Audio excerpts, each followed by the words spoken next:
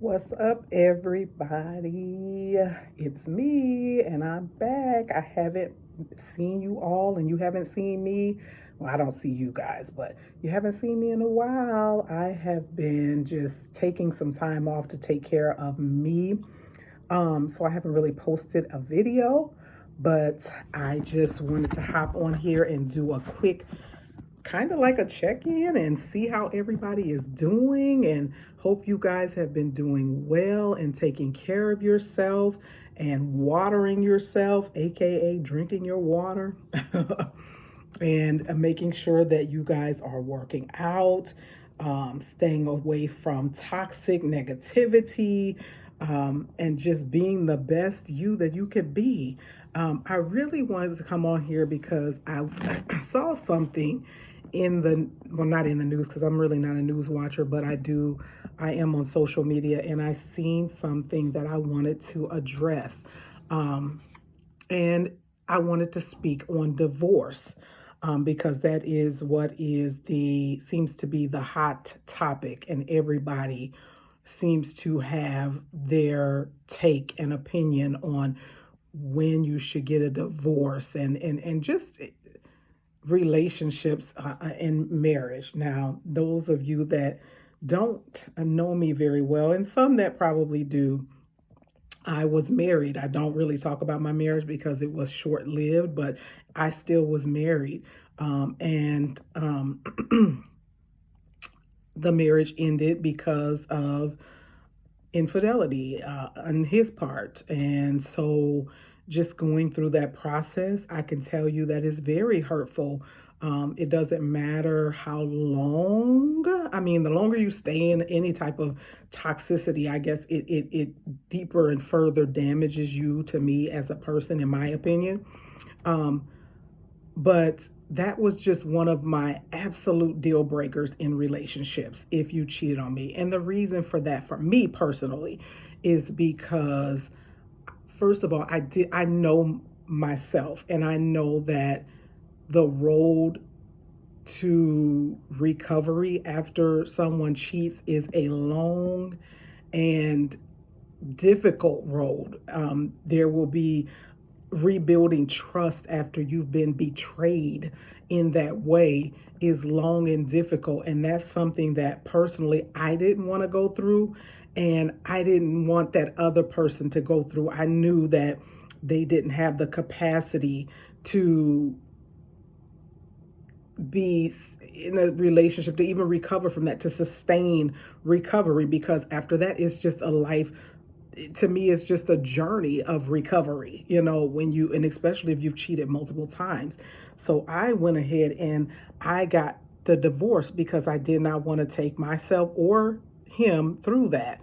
And I saw the other day, and here's the thing too that I've been hearing a lot of, on these streets, internet streets, and social media streets, especially from men. And I can appreciate a man's perspective, and I've heard this. I'm sure some of you all have heard this your entire life. That, and I've definitely heard this. I've had this thrown at me, to be honest. That, if your looks, it depends on how you look to a man, and your looks, and this, that, and the third, and your weights, and how you look and keep yourself in shape. And if he's this, then he's probably using, and I've heard people speak to that. And though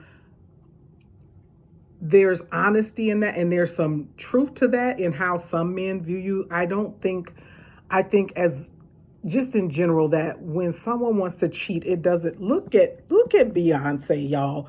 Beyonce and Halle Berry got cheated on, you guys. Like, the so-called standard of beauty and body, they got cheated on by men who were not, like, seriously. And so I think it goes deeper than, when someone cheats on you, to me, it goes deeper than just looks. And it doesn't have anything to do necessarily with a person's looks, as it does that person who is cheating, the cheater, and their character. Because when someone wants to cheat, they're going to do it. It doesn't matter what you look like. It doesn't matter how good you are in the bedroom. It doesn't matter how good of a cook you are. It doesn't matter how good of a person you are in general to that person. If that person has not healed from something, if they're carrying a lot of trauma, if it's just in their character to do, if they're jealous of you, because we know that there are men that are jealous of women and the light that a woman carries sometimes. I've had that as well. So they will try to humble you by cheating on you and stepping out on you as a way to try to humble you. And try to build up their insecurity, build up their ego, and their arrogance. So that is where I kind of disagree with that person just slightly, even though he was speaking some truth to how some men think and how shallow-minded that some men are. Another thing I want to say is that what people often fail to realize and understand and acknowledge is that her behavior, because he also talked about her behavior and all of the things and how she comes across as a kind of like a demanding type of woman, or whatever that situation may be, what they call alpha woman or whatever. I don't know. Demanding is what it came across to me that he was trying to say about her. And my take on that is that a woman's behavior and attitude, especially when a woman is in a relationship with a man, her behavior and attitude is a direct reflection of his treatment towards her. So if she's coming off in that relationship as bossy or just demanding, it's something that man is not giving to her. And she does not feel safe with him. I can say that because I was in a relationship like that. I was in a relationship like that where the person did not make me feel safe. It was him feeding his ego and, sorry you guys, and being egotistical about himself. And so I will say that I did not feel safe. He did not make me feel safe. It was always a comparison. It was always, I was doing something not right. I was doing this and that wrong. And so, and it could have been a little bit of jealousy. Like I said, it could be men. Some men are jealous of a woman's light that they carry. They're jealous of the strength that a woman embodies. They can be jealous of different various things. And when a woman constantly feels like she has to be in defense and survival mode, and where they are constantly being put in positions where their safety and security is threatened, it comes off as dominant and demanding, when she's actually in protective mode. So I wanted to say this to some of the men, because I know that a lot of men jumped on that and are speaking to women. Men, what you give a woman is what you'll get from a woman. Some women become hard because they're given hardness from you. But one thing I want to say about the situation, I'm not going to say her name, but I'm pretty sure all of you know who I'm referring to.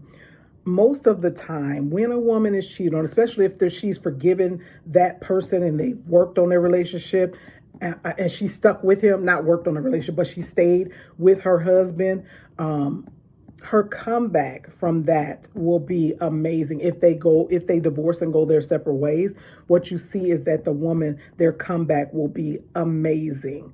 And I wanted to also pour into some women that have been cheated on. God sees, and He is going to restore the years that you put your peace, your happiness, your well-being, your career, your health on the back burner, trying to love and take care of a man. God sees how you fought for your marriage and your family. And especially after being publicly humiliated and laughed at and shamed for even staying and choosing love. And God is going to bless you with the love where you can rest and be your soft self. And He is going to do it publicly.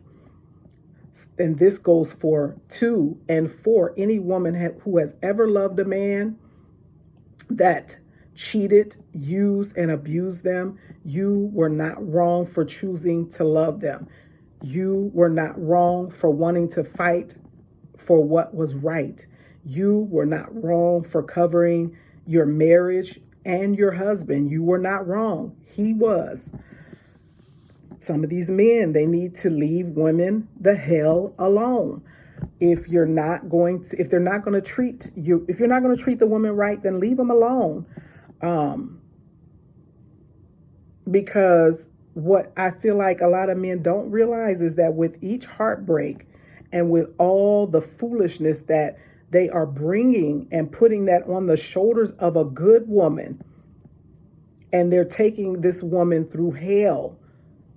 They're taking a woman through hell, that they are slowly chipping away at that woman and killing her softly.